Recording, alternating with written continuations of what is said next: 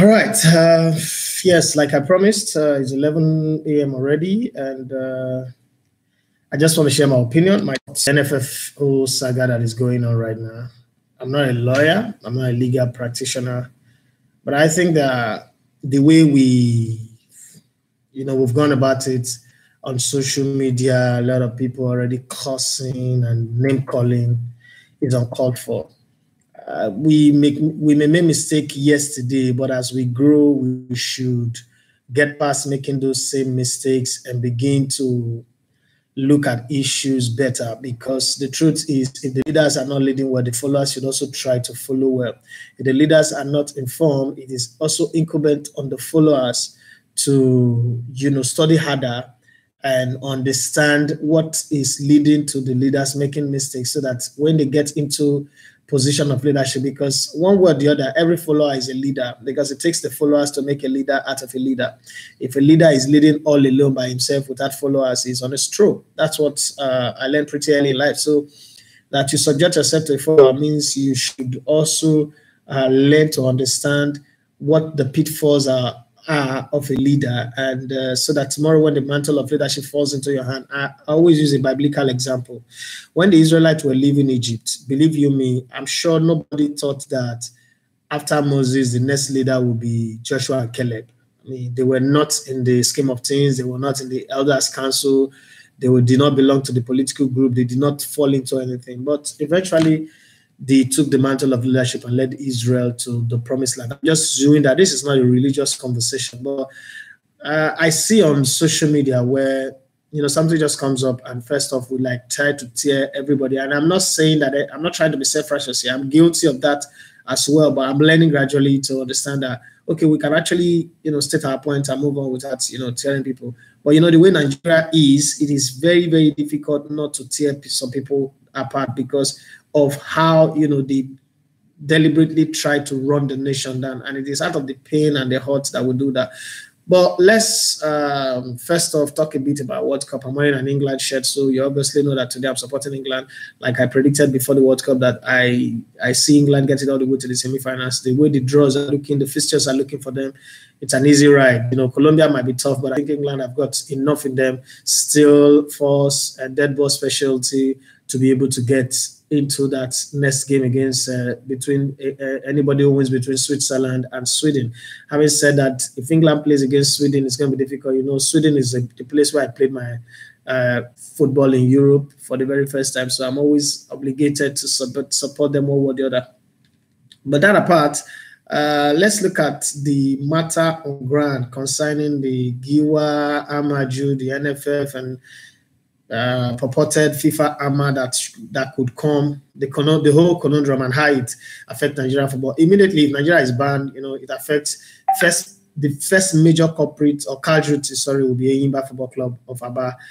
They are in the CAF Competitions Cup already in the group stage, and matches will resume pretty soon after the World Cup, and that means that any ban will affect them, and we might not have the time to appeal, set our house in order for them to go back into playing their games. And once they miss out on one game, it is gone. Nothing can happen again. That's one. Two, the under 17 and under 20 girls, and then the boys as well will be affected. Not only that, the structure of our league might also be affected. But having said that, I like to go back to the beginning, because sometimes you really need to go to the beginning. As Obayagbo will say, let's go to the first Rigo and see how this whole thing turned out. Why you should not just tear GIWA apart. In this whole, how do I put it now? In this whole analogy. So when we put our cases on the ground, we should put it in such a way that it will come out good for everybody. So let's go back. On the 26th of August 2014, the election was held in Abuja. Congress members came in, they registered to vote. Eventually, they claimed that the election didn't hold for one reason or the other. Nobody's been able to prove that election did not hold. On the 30th of September in Warri, another election was held that brought in AMAJU into power. Now, let me tell you the interregnum that is in that space between August 26th and September 30th. First off, the Aminu Megari's board, their tenure ended on the 26th of August. So Aminu Megari and co, and then his vice president, Ume, actually dissolved the NFF Congress on the 26th. So who conducted the election of 30th? That's one question everybody should look at that brought him into power. Secondly, the status of the Nigerian Football Federation clearly stated that in the event of the kind of election that brought in GIWA to power, you must get an appeals committee. The Congress must set aside that election. That procedure was not followed. That is one gray. It's not gray, but one clear area Nigerians should look at when they are battling this matter. Now let's fast forward a bit. I don't have the exact date, but let's fast forward. These are events that are in our memories and in our time space that we can remember. When GIWA, it wasn't even GIWA that went to the court, remember? But when the court case started coming up and the order from the Just Court rose, this is one part of it that we all pretend about, that we did not remember, but it happened. And in history, people are like, okay, but you're a worry boy, you're supposed to speak for AMAJU. Yes, I'm a worry boy, and I've always appreciated all of the good works that he's done. But I'm also a Nigerian, and we cannot run Nigeria based on region. You understand me? I'm a fan of AMAJU. I mean, he's a go-getter. He's an incredible guy. Yes, but that's where it ends. We keep saying that football matters should not go to court.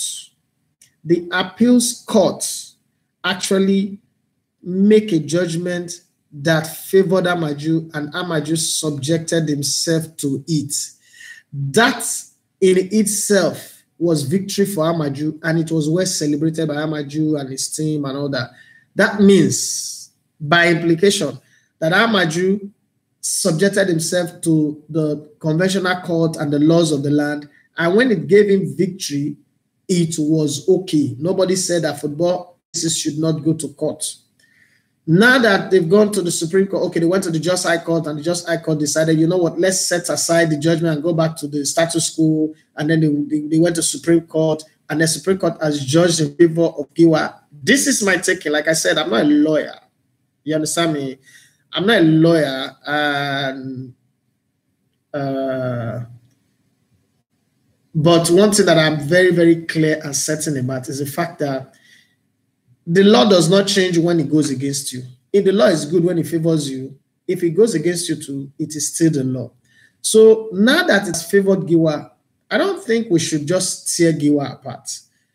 I think that if AMAJU also have a case and his team, that's why he has a team of lawyers, they should also go to the court again, either set aside this judgment or carry an appeal, find a way to get this whole thing sorted out. And I think that GIWA, based on the NFF status, what GIWA has done is it made sure that August 26th did not pass by without him claiming his mandate, because that's a timeline. And I'm not sure that there is a status in the NFF that allows you to claim a mandate after its tenure had expired. So that's the thing that GIWA exploited in all of this. And I thought when we deliberate on the matter on social media, on Twitter, Facebook, and every place, we should just allow for ourselves to just decide that we know. Let's not forget that Nigerian football, I keep saying, is run like a secret court. The only time the public gets to know anything is when there is crisis. Go to club. When players and clubs want to sign contract and transfer and all that, they don't tell you what is involved. The only time you get involved, or journalists get involved, is when they are owing them. They start begging us to make noise.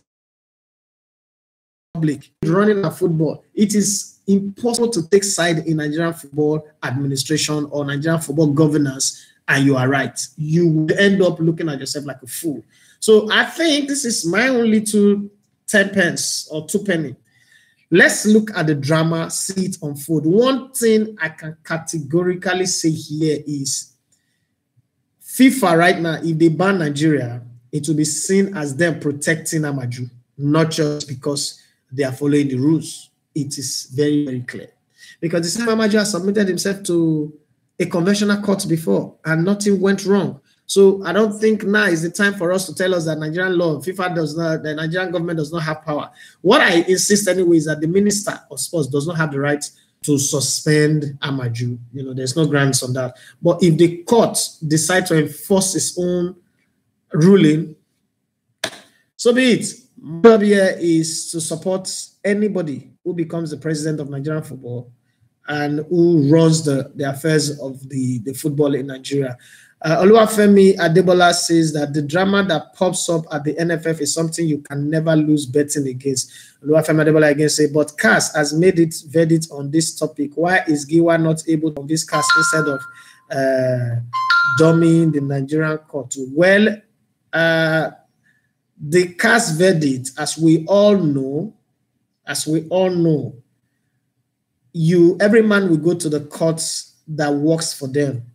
Where I will not listen to the CAS verdict is that AMAJU went to an appeals court. Why did AMAJU and his team not go to CAS to set aside court ruling? He went to an appeals court and he subjected himself. When that appeals court gave the verdict, AMAJU celebrated. So that's a conventional court. So if AMAJU can get a ruling from a conventional court, and at that time, GIWA obeyed it, I still think, this is my own take, I thought I was going to do 10 minutes anyway. This is 12 minutes now. I still think that now that another court, the Supreme Court, has ruled in favor of GIWA, AMAJU and his team should also accept it, because when the appeals court ruled in favor of AMAJU, GIWA accepted it without any problem. So once he got a Supreme Court judgment, he needed to go enforce his rights. And that's exactly what he has done. I'm sorry to say this, you know, but I always say that I don't speak for people, I speak for Nigeria. And I'll always be on that side. That's the reason why you will not see me frolic with politicians or these people. You know why? Because once you do that, you lose your right to speak the truth. You will know the truth, but you will die with it. It's the reason why a lot of people in this space can't speak the truth. Not because you don't know the truth, but you know, when these people have paid your house rents, paid your children's school fees, you've begged them money, you've gotten used to a lifestyle, you jump on a plane for free, you don't know where they bought the ticket from. Yes, I'm saying it. Yeah. You don't know where the money for the ticket come from. You did not work for the expensive hotels you stay in. You can't speak the truth anymore. You understand me? It's the kind of Nigeria we live in. But God help us. That's a topic for another day. This is just my take on the matter. You can disagree or agree or have your own opinion, whatever it is. But I just felt I should give my own 2 penny on this matter. Finally, before I go, he said, is there a direct, unbiased solution to this problem that has refused to go away? Unfortunately, no. Political issues never get resolved in an unbiased way. It's like war. It will never end without pain and bitterness. That is just the truth. I've never seen a war that ended and they say, oh, the both parties that are at war were just happy. 5 people died on this side, 5 people died on this side, so they are at peace. It was equal footing. Nothing is lost. No, the people who lost people would always feel pain. That's just the way it is. Thank you very much. I would be back with another broadcast to talk about World Cup and the rest. But for now, let's just chew on this. Thank you, Oluwafemi Adebola, for all your comments and your time, and every other person who joined. Unfortunately, this is not like Facebook where you will see everybody who joined. You just know that the numbers are rising. Thank you very much. But I think we'll keep doing it here because the Facebook thing, I'm having issues with it. I don't know why. So I'll keep being here for the time being until I get that one resolved. Once again, my name is Eseogene Idafe Matthew. Have a lovely day.